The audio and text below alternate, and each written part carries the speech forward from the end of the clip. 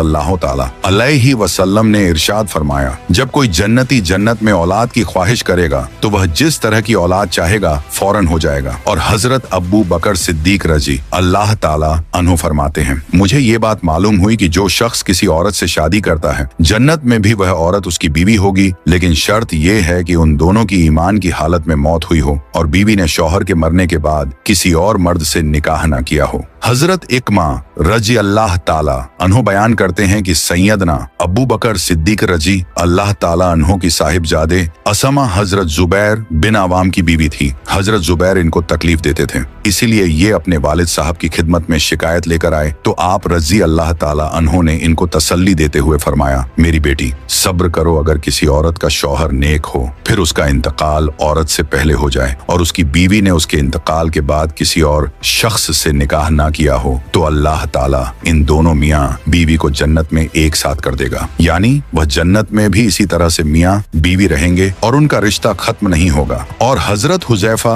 रजी अल्लाह ताला अन्हो ने भी अपनी बीवी से फरमाया था कि अगर तुम्हें ये बात पसंद आए कि तू जन्नत में मेरी बीवी बने और अल्लाह ताला हम दोनों को जन्नत में मिला दे तो तुम मेरे मरने के बाद दूसरा निकाह न करना। और जन्नत में औरत अपने दुनिया के आखिरी शौहर की बीवी बनेगी और वह औरत जिसने दुनिया में एक के बाद दूसरे तीसरे या इससे ज्यादा निकाह किया होगा और उसके शौहर इंतकाल होते गए और किसी ने भी तलाक ना दी हो तो ऐसी औरत जन्नत में किसकी बीवी बनेगी। इस बारे में हजरत अबू दरदा रजी अल्लाह ताला अन्हो से रिवायत है कि आप सल्लल्लाहु ताला अलैहि वसल्लम ने इरशाद फरमाया, औरत आखिर तमे दुनिया के अपने आखिरी शौहर की बीवी बनेगी। और कुछ रिवायत में है कि ऐसी औरत को इख्तियार दिया जाएगा कि वह इन शौहर में से जिसको चाहे अपना शौहर बना ले। उम्मुल मोमिनीन हजरत उम्मे हबीबा रजी अल्लाह ताला अन्हा ने अर्ज किया, या रसूल अल्लाह सल्लल्लाहु ताला अलैहि वसल्लम, वह औरत जिसके दुनिया में दो शौहर होते हैं यह औरत भी इंतकाल हो जाती है और उसके दोनों शौहर भी इंतकाल हो जाते हैं और फिर ये सब जन्नत में दाखिल हो तो वह औरत किस शौहर की बीवी बनेगी, पहले की या दूसरे की? तो आप सल्लल्लाहु ताला अलैहि वसल्लम ने इरशाद फरमाया, दुनिया में उस औरत के साथ दोनों शौहर में जो सबसे अच्छा बर्ताव करता था